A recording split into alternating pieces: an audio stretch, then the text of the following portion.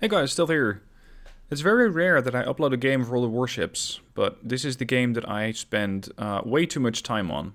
I have almost 8,000 battles into the game, and I just really still enjoy it. What I have for you today is a 3v3. This is rather unusual, and this is a Clan Brawl format. Normally, if you're playing Clan Wars, it's about 10v10. Sorry, it's not 10v10, it's 7v7 or 6v6. It really depends on what sort of flavor of the month wargaming has. This time around, it's a 3v3, and that calls for different tactics.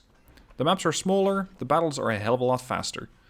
And speaking of fast, what we need to do in order to use both of the cap circles, which is definitely what this game revolves around, is get the destroyer, in this case Roy, to this rock. And I just fired at it, just to mark it. This is important because this is the only real cover that a destroyer can get, and that he can use to capture those circles. So he has to get there quick. Unfortunately, that is something that this DD excels at, because it can do 55 knots. Compare that to the normal destroyer speed of 40 to 42. That's the normal speed. You got a couple outliers at 47, I think. But overall, DDs are not that fast. And this is a rather suicidal tactic, because once he gets to that island in his destroyer, he has almost no cover, and more importantly, he has no way to get out.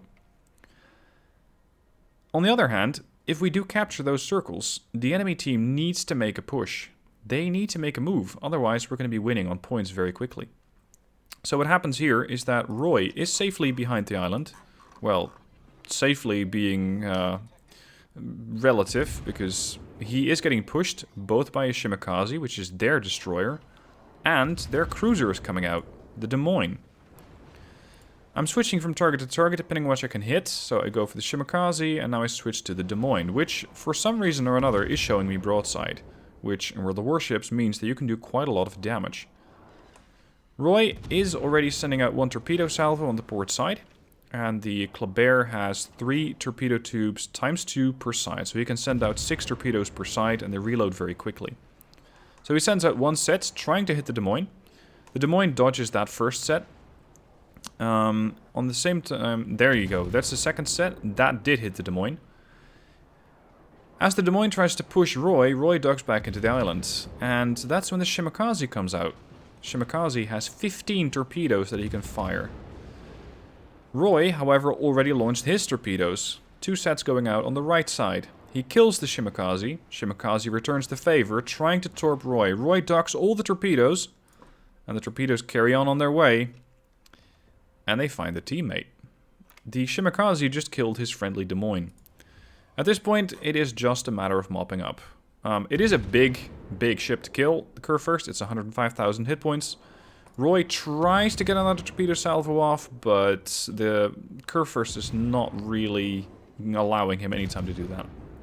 So he kills him, and at this point we have the caps, more or less, but they're being counter-capped by the Curve First.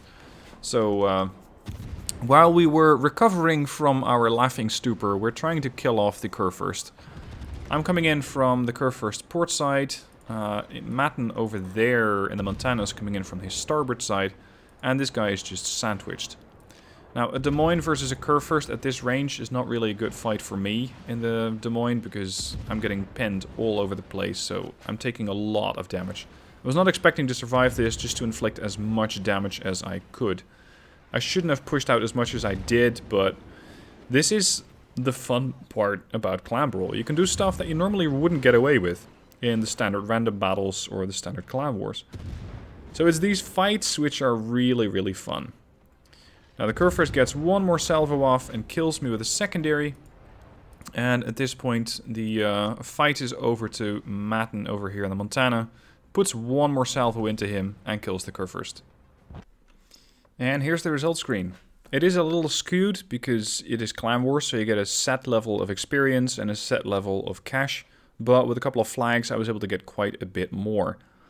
Team score, average, I mean, you all get 2,500 if you win, and you all get 250 if you lose, depending on how well you did, or whether or not you killed a teammate. Detailed report, did a decent amount of damage with my AP, that was against the Curve First. And finally, credits. I mean, yes, this is a really, really nice way to earn quite a lot of credits. I really hope they're going to be doing this Clan Brawl format more often, because it is just a lot of fun. This is way more interesting than the standard clan battles. And I know some people hate it, but I really like this faster format.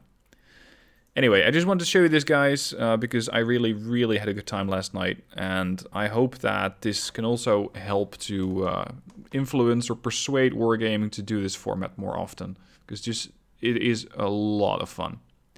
Anyway, that's it for today. Thank you for watching. Hope you enjoyed, and I shall see you soon for more regular content.